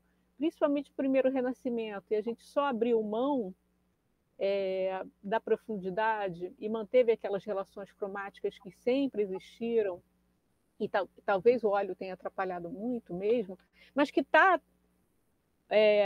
na vivência da cultura italiana, que é muito artística, né? Tem um olhar poético, talvez um olhar poético da poesia mesmo, né? Da poesia da palavra, entendimento de mundo, sabe? Isso Eu que eu acho que vejo tinha. como continuidade. Numa arte gráfica pré-renascentista já tinha né, esse Sabe o que trabalho. eu acho que tem? A pintura a óleo é a pintura de cavalete. E a pintura de cavalete, ela, de certa forma, ela quer tudo para ela mesma. Ela não tem, Cris, uma relação orgânica com a arquitetura.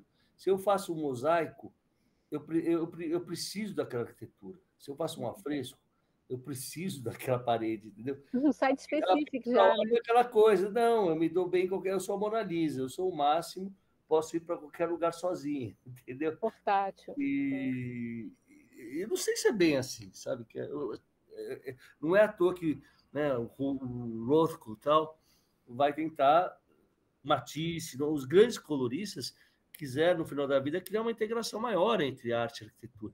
Que eu acho, eu já falei várias vezes para vocês, que a única maneira de a gente fugir dessas feiras de arte, desse mercado de arte e tal, é voltar a estabelecer uma relação mais rica e autônoma entre arte e arquitetura, tá? Porque essa coisinha de feira de arte, e eu não sei se vocês viram os vídeos que eu até postei de uma festa do Setúbal. Aquilo lá foi feito em plena semana de Porto Alegre. Como é que os caras se permitem fazer isso? Sabe, nem Fellini mostraria tamanha decadência, entendeu? Mas eu fiquei pensando, talvez essa geração assim do Matisse, do Rothko, tenha se nutrido de duas potências muito grandes, que é a novidade da arte gráfica japonesa, oriental, né? A ideia de vazio. Eu fiquei lembrando também, à medida que você foi falando, quando eu dava aula para os designers, que tem uma formação ali, que está nos primeiros semestres de design, eles entendem o que é o vazio, eles entendem a potência de área, de cor, potência cromática, né? Eles entendem essas relações construtivas no espaço gráfico, que eu não sei se os arquitetos têm essa formação, porque tem aquele desprezo tradicional pela cor, né? Mas os artistas gráficos, talvez os melhores, tenham se nutrido dessa tradição do primeiro Renascimento, da Idade Média, é uma relação mais lúdica, né? E tortinha, como você mostrou ali, né? Na Cidade Ideal, com toda a potência de um Hiroshige, de um Hokusai, né? Que traz uma outra fantasia, mas que caiu também, foi muito espalhado, foi muito difundido, né? Eu, por exemplo, eu sou louca com J. Carlos, que é daquelas revistas modernistas. Eu acho a coisa, eu sempre que vejo, eu me derreto. Acho que é uma obra-prima. E ele tem até uma onda, que é uma menina melindrosa, sobre uma onda japonesa, é o Okusai.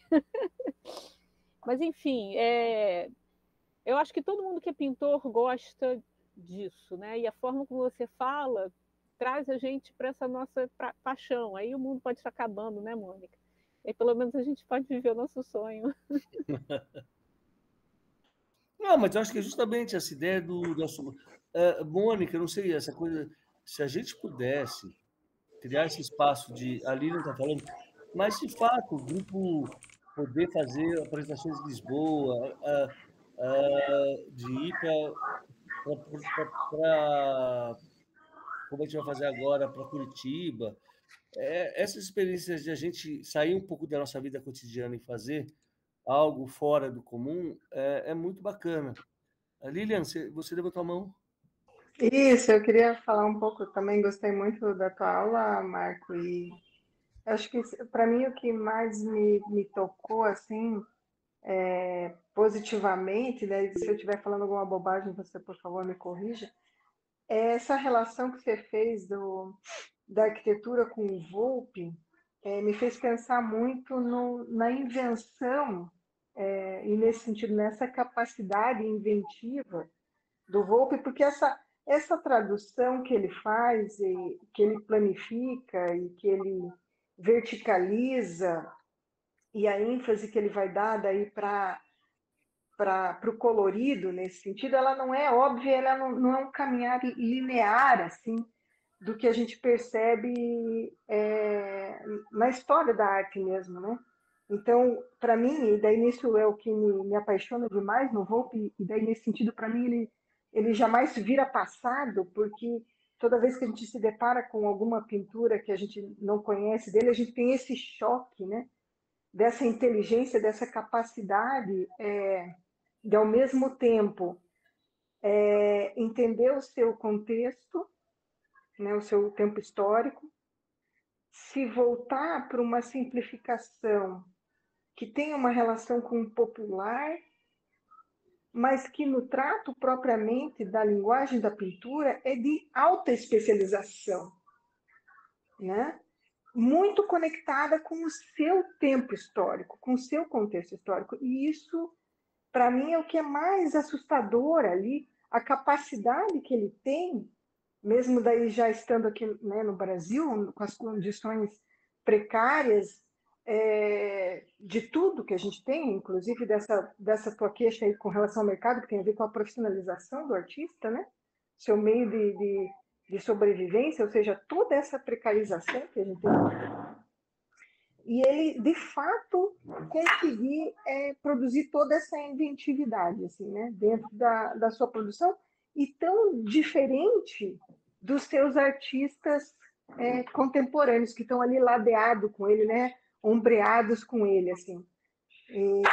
Para mim, isso é fundamental a gente ver no Volpe e a gente reforçar como você fez aqui nessa aula de hoje, né? Que é falar dessa capacidade de construção de pensamento artístico poético que a gente vê acontecendo aqui no Brasil, né, a partir de artistas imigrantes e de artistas locais mesmo, mas artistas que migraram e permaneceram aqui no Brasil, né?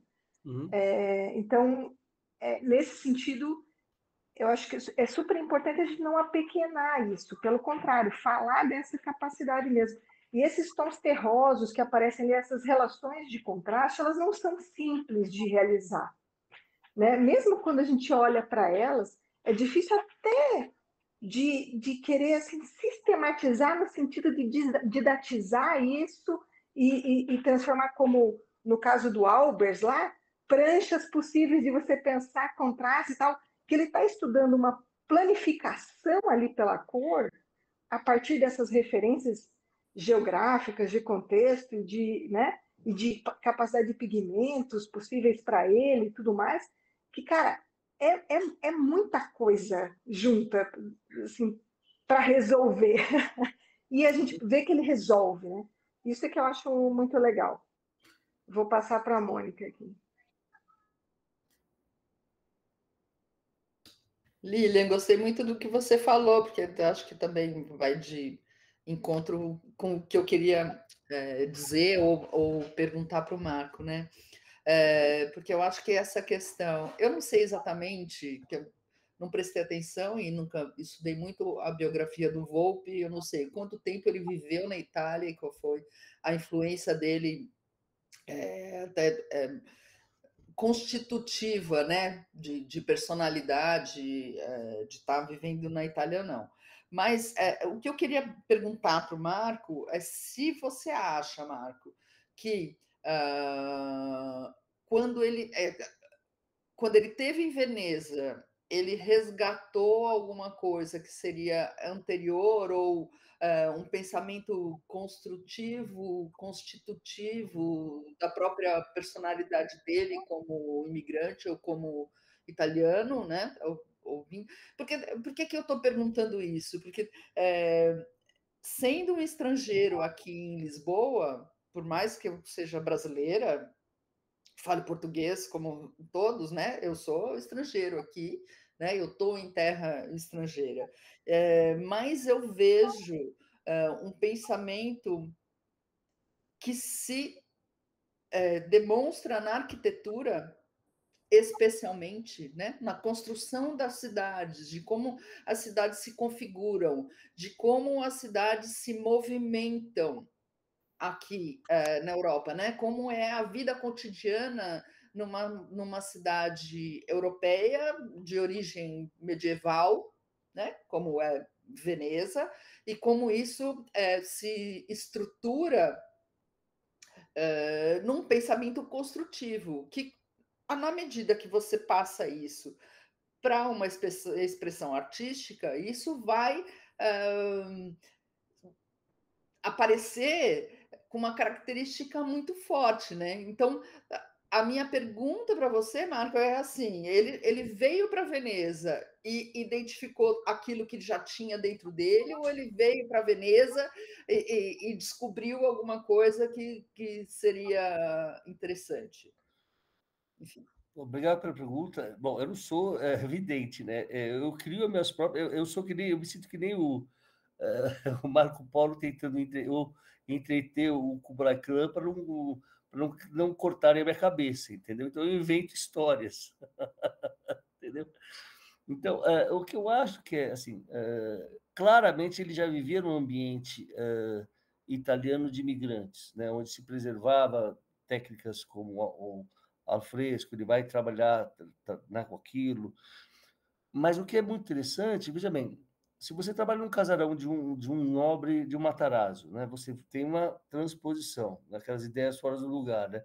Você pega os elementos da arquitetura italiana e faz uma arquitetura eclética. Ele ainda ele estava na década de 50 meio oscilando, inclusive na escolha técnica, se ele ia pintar a óleo ou se ele ia pintar a têmpera. Tanto é que você vê ali, 40 e 50, ele está ali literalmente oscilando. Quando ele volta, eu acho que ele consegue ver uma pulsação da cor que a têmpera dá, que o óleo não dá. E, de certa forma, ele se livra, de uma vez por todas, dos resquícios acadêmicos dele, porque ele se encontra num espaço que não é não é Paris no século XIX, é um espaço que, na sua beleza, ela está nos reflexos e nas superfícies, e no céu, e não na perspectiva. Ele não está em Paris. Né? A beleza de Paris é aquela coisa de você olhar, você entra no Louvre e você vê a cidade inteira. Vai na Torre, você vê a cidade inteira. Não, a beleza de Veneza é que você nunca vê ela inteira. Ela está sempre se escondendo, ela está se mostrando e se escondendo. Assim como Volpe sempre se mostra e se esconde. Entendeu? Então, eu acho que ele se viu ali. Ele se identificou. Aquela cidade diz. Como diz para mim, assim, eu fui para várias cidades lindas, tal. Eu fui para Budapeste. Com todo respeito, o senhor não me leva a mal. Não, porque é uma cidade que tem tudo para ser bonita. O que tem a ver com lá, Marco? Não, é que eu achei. Ela é Pode descer a lindíssima. lenha. Não, ela é lindíssima. Mas ela lembra muito uma cidade meio parisiense. Eu não a pesquisei a fundo para também ver o outro lado de Budapeste, entendeu? Talvez a parte de Buda mais em cima. Mas o fato é assim, a gente vai viajando, a gente vai se identificando mais com algumas cidades do que com outras, né? Veja bem, até essa questão, Rio de Janeiro e São Paulo. Em vez de pensar essa querela cultural ou de briga política, pensar como é que a natureza se faz. Né? Eu vejo a Wanda Cabim, que mora num desses apartamentos no Leblon, quase todo dia ela posta uma foto irritante do pôr do sol ali, pô. Caramba, meu, dá inveja daquilo lá. Eu não mereço aqui em São Paulo ver aquilo lá. É uma sacanagem que ela faz comigo, entendeu? Mas é isso. O Rio de Janeiro propicia aquele pôr do sol ali que você vê, né, no Corcovado, em Ipanema, você vai ver aonde em São Paulo? Na Praça do Sol? No pôr do sol? Mas a diferença da intensidade da luz né, nas Américas e na Europa é muito diferente, né? Não, tudo é bastante diferente. Isso que É, bonito é então, explorar essas diferenças. E agora, veja bem uma coisa que você estava falando. Olha que coisa, e a Cris me corrige. Olha como a arquitetura portuguesa contemporânea conseguiu se renovar ao se repensar o seu passado colonial e ressaltar uma coisa que eles têm desde das construções das caravelas, que é a carpintaria. sim, é espetacular. Eles têm uma carpintaria que só o Japão tem igual, entendeu? Então, O assim, Japão até é superior, né? Mas então, é comparável. entendeu? Então é isso. O bonito é você olhar para lá atrás e não ver como peso, mas como possibilidade de reinvenção. Agora, uma Mas coisa que eu mas estava uma coisa pensando. que eu achei muito interessante que a Lilian ressaltou, e que Ah, eu acho que também tem a ver com essa questão do Volpe, e de Veneza, enfim, é a questão da arquitetura popular, né? Porque, assim, não é que o Volpe se inspirou na arquitetura dos palácios, que são incríveis, fantásticos, né? Mas é como, assim, Paris é incrível, linda, fantástica. Mas, na verdade, o que eu acho que aquilo que trouxe para ele a identificação a construção popular, né? É como você, as pessoas comuns que não vivem em palácios, como é que elas se ajeitam naquelas cidades, né? Assim como Veneza ou Lisboa. Eu vejo muito isso porque eu vivo aqui em Lisboa, muito próximo da Alfama, que é um bairro totalmente popular.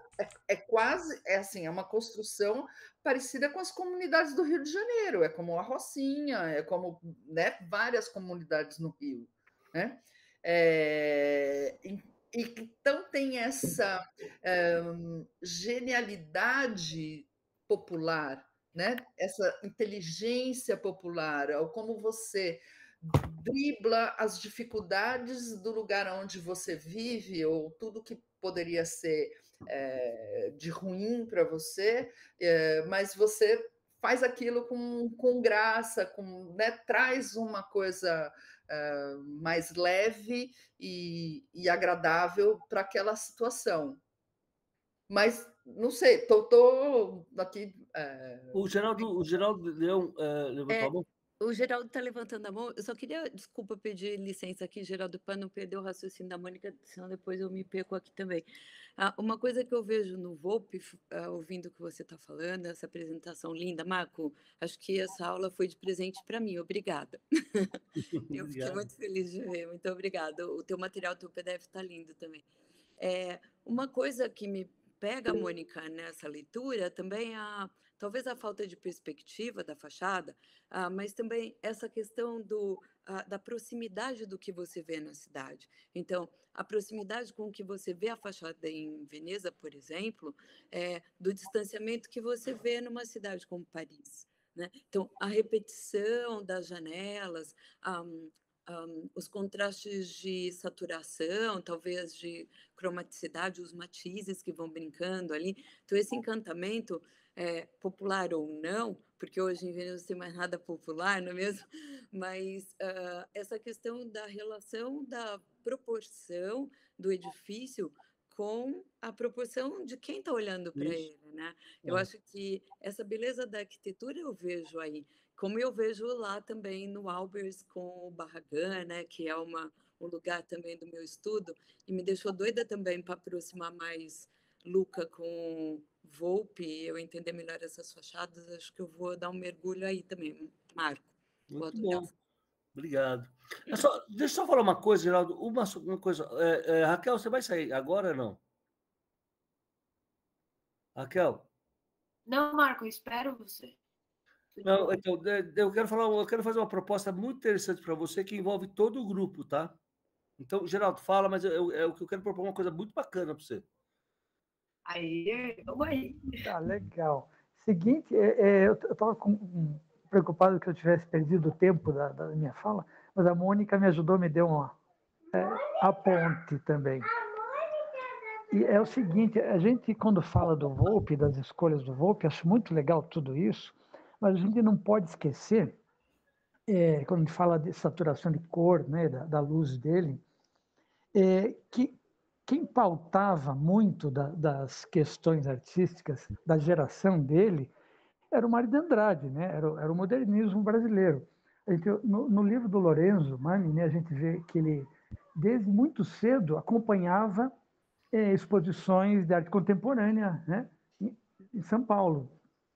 Então, ele não frequentou os salões dos modernistas, mas ele ia ver as exposições, né? De bobo ele não tinha nada. Então, eu acho que isso explica muito a pauta assim, que o Mário de Andrade dá, né? Dos valores brasileiros, da cor, da saturação e dos elementos, da valorização dos elementos populares, como isso, de alguma maneira, simbioticamente se sintetiza, né?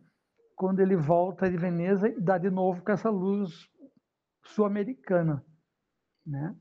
Eu acho que isso muito é bem. bom não esquecer Geraldo, também, e né? ele não foi para a Europa, né? Eu fiz uma aula sobre ele. É aquele que acha, provincianos são aqueles O que vão para a Mário, né? Europa. Eu vou andar por esse Brasil afora, Sim, entendeu? exatamente. Né? Exatamente. O Deleuze falava que o nômade é o que não viaja, né? O que é o tema, o Xavier de Mestre, é aquele que ficava em casa, né? Isso, Preso. isso, Agora, o que eu isso. queria propor para vocês, gente, é o seguinte: a Raquel,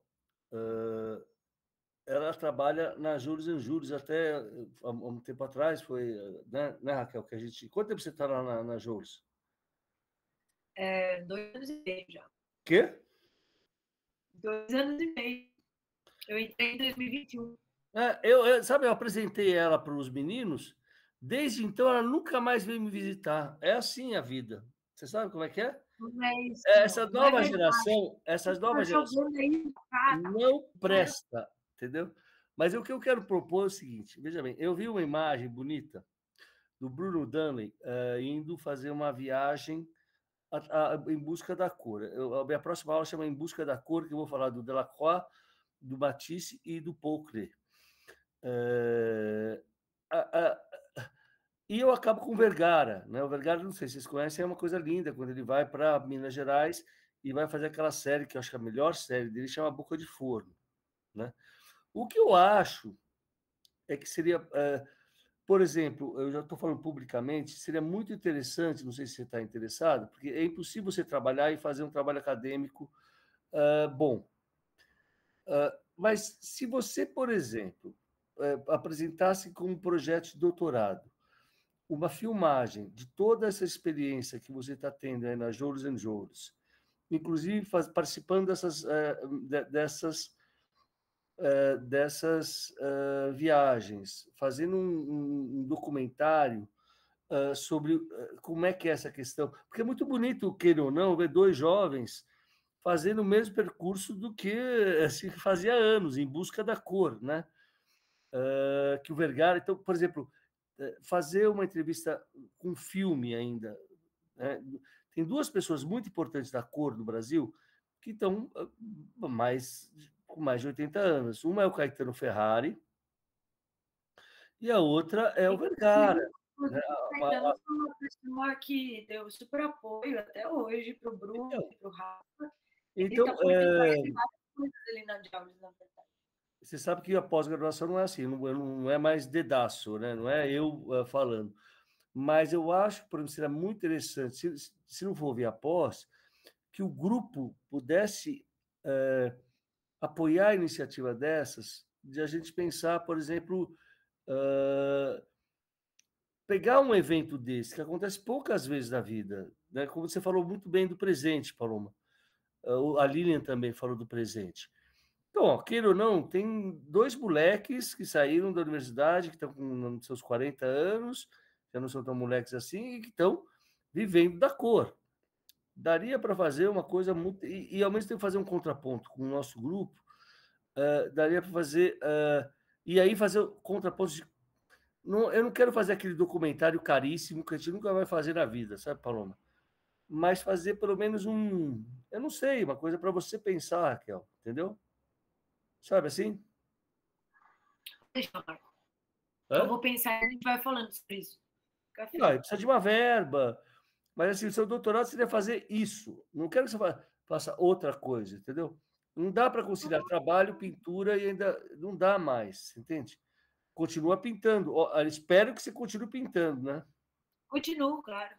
Mas agora com menos tempo, né?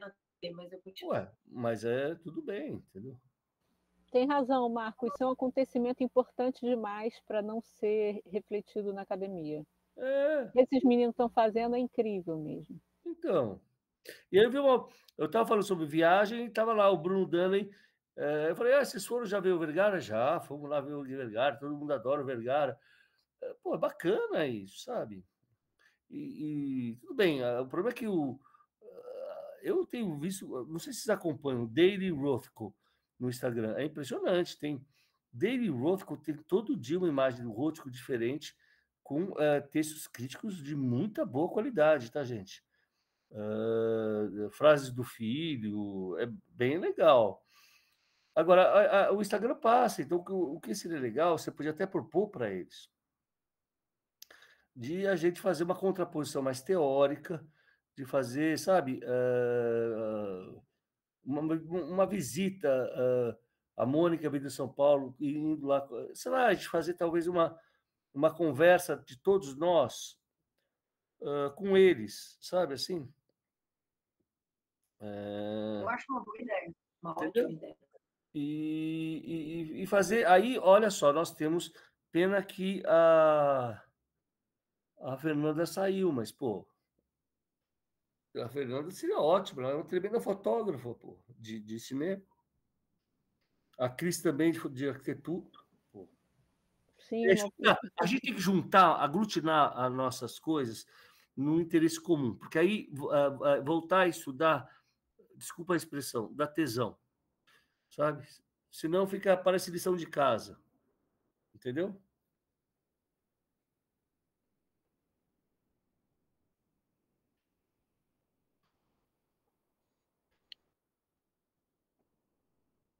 Só, se eu ia perguntar se a gente. Eu vou parar a gravação aqui.